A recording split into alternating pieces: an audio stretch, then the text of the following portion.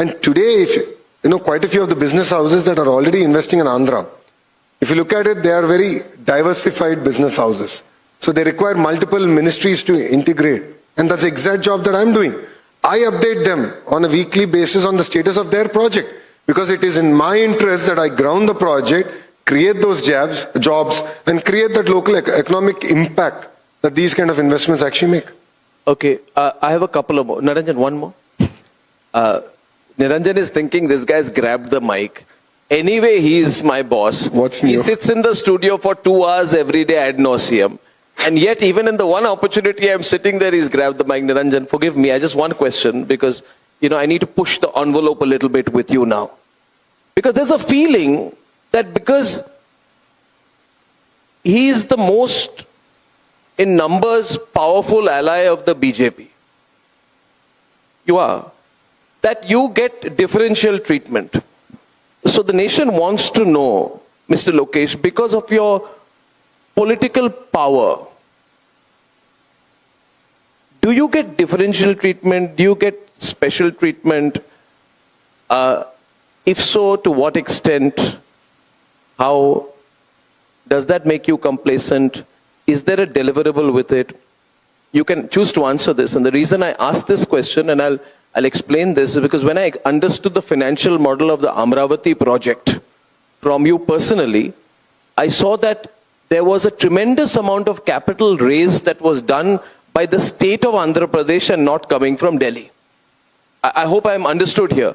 It's not like, there's a feeling in Delhi that all the money is being given from Delhi, but that's not the case. So I want you to, this question is also an opportunity for you to dispel that myth and get it to some hard numbers, please, if you may. Thank you. Yeah, Arnabji, definitely having more number of MPs help in terms of having a conversation at the table, having your voice heard. Saying that what did we gain as a state and as a person? Having a dinner with the Prime Minister. The Honorable Prime Minister Shri Narendra Modi ji was very kind enough to host me. And I've understood his vision. I've understood what he wants states to deliver. Today, to be very honest, the central government is creating world-class policies.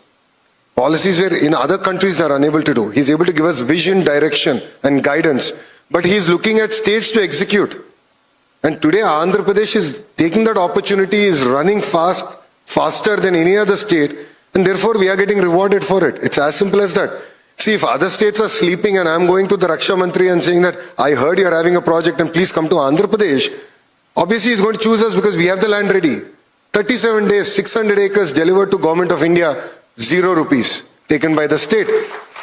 So that is the speed, and the Honorable Prime Minister is looking at states that are going to run. He's saying, you guys compete. And that's what I believe. When states compete, India wins. Saying that even Amaravati is a great example of it. They gave the startup capital. The Government of India gave 12 or 13,000 crores of startup capital to get the project going. But that was just the beginning. We raised money. It's a self-financing project. It's going to be a world-class city that India has not seen. We are building infrastructure that will make every Indian proud and say, yes, we are no longer going to talk about cities in different parts of the world. We are going to talk about this city called Amaravati in India, built by designed by world-class architects, where knowledge gets transferred to our architects, and we can go about showcase it to the world. So that's what is going to make us different from rest of the How much have you raised beyond the seed capital? See, we are going to see the level of your ambition, the degree of your aggressiveness in being able to push together an infrastructure project of this scale. And I also want to understand the time limits of your execution and whether there is a political timeline that you keep in mind, because politicians like to deliver things just before the elections. Yeah, I want to understand all three, please. And Niranjan, after this, I'm giving the mic to you. Thank you. Sorry, Niranjan. So the first, to answer your question, right? Amaravati, we made a promise to the Prime Minister because he restarted all the projects that 2028 we are going to open all the buildings in Amaravati, which is your core capital area, the government complexes. That is the first promise we made, which is our Secretariat, our Assembly, High Court. That's a promise that we made. We will deliver on it. How much money do we need to raise in this whole process run up to building the capital city? It's going to cost us 60,000 crores. 60,000 crores is the capital that we are going to raise to build a world-class capital city. And it's not just about the government. We already have education institutions coming up. I'm not too sure how many of you know here. BITS is building their quantum campus in Amaravati, and it's going to start taking admissions next year. So that's the pace at which development is happening. Hospitals, hotels, convention centers, educational institutions, because we don't want it to just be a government city. We want it to have a soul, and it should become an economic powerhouse for the state of Andhra Pradesh. See, if I have to achieve the $2.4 trillion economy, it's not going to be one city. There are going to be multiple economic regions. So we have Visakhapatnam economic region, Amaravati economic region, and Tirupati economic region, each with a very distinct focus. So Visakhapatnam is where the data centers, the IT, the ecosystem is now getting built up. Amaravati is where the entire quantum ecosystem is getting built up. And Rayalaseema, which we call the Tirupati economic region, is where the entire manufacturing ecosystem is getting built up. So while Amaravati is going to be our capital city, we are equally developing rest of Andhra Pradesh. Niranjan. On a lighter note, Nara Lokesh, for one of these summits, we tried to invite the former Chief Minister, and I remember traveling to Vizag. And I have to tell you, talking about these capitals, the state of Vizag back then, I can't tell you the condition in which the roads were, right? In this competition to build capitals, new cities, most often what people forget is what is really required, and that is the drive. And to look at the TDP of NDA 1 under Modi ji to TDP 2 under the current dispensation, right? There's a lot of generational gap. Your MPs back then were much older. The attitudes were much more different. There were many more controversies. But today when I see you and your MPs here, they're way younger. You're 43, there are leaders in India who are 15 years older than you and still call themselves youth leaders. But that apart, you have MPs here. I think you introduced us to one of your MPs who was in his 30s.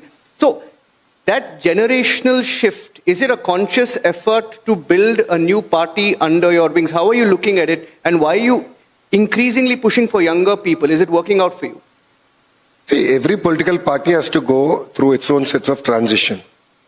If you look at it, when our founding father NTRG started the party, he gave doctors, engineers great opportunities to join politics. They've become very well established leaders. They have led the party for 40-45 years, 4 decades. They themselves on multiple occasions have said that now party has to also find next generation leaders to lead from here. And that's the exact transition we have done.